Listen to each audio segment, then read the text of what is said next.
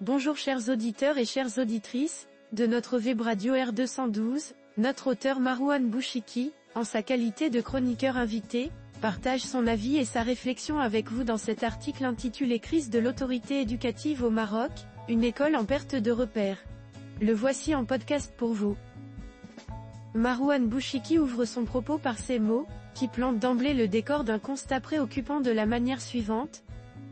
Au fil des années, le climat éducatif chez nous semble s'enliser dans une spirale inquiétante. Les actes de violence dirigés contre les femmes et les hommes de l'enseignement connaissent une recrudescence alarmante.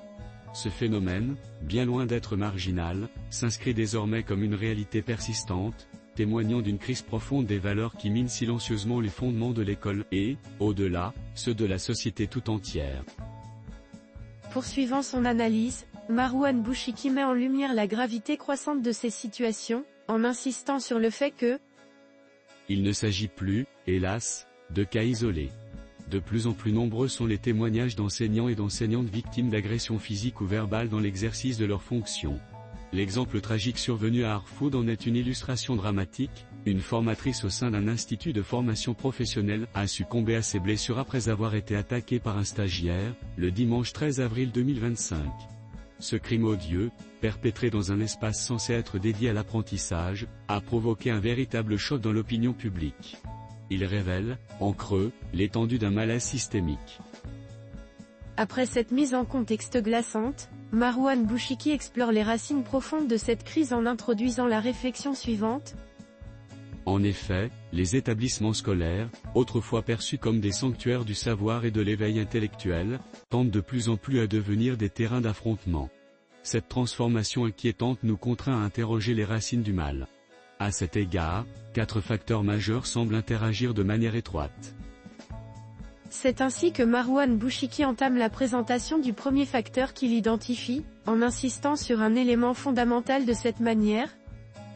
Tout d'abord, il convient de souligner l'effondrement progressif du statut symbolique de l'enseignant au sein de l'imaginaire collectif. Jadis figure respectée et incarnant l'autorité morale, l'éducateur est aujourd'hui relégué à une position fragile, minée par un déficit de reconnaissance.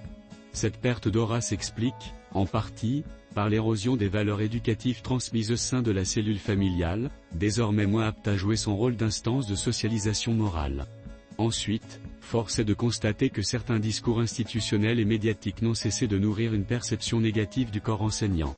En les tenant responsables des dysfonctionnements du système éducatif, ces narratifs biaisés ont contribué à délégitimer leur autorité, en fragilisant leur position dans l'espace public.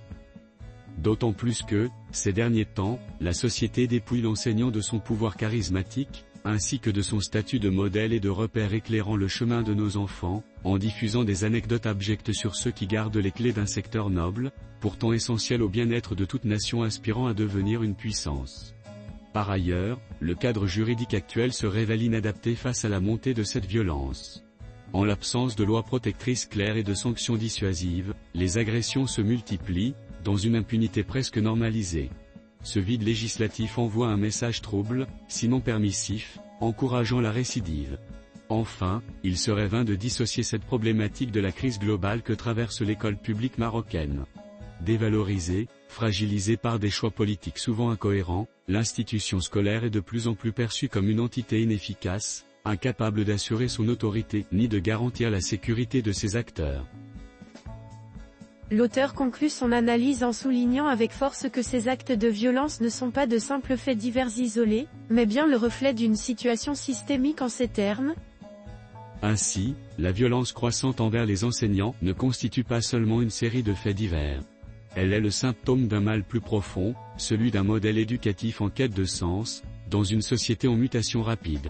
Face à cette urgence, une réflexion nationale s'impose pour réhabiliter la figure de l'enseignant, restaurer la mission éducative de la famille, responsabiliser les médias, et surtout, doter l'école d'un cadre protecteur digne de son rôle fondamental dans la construction du citoyen.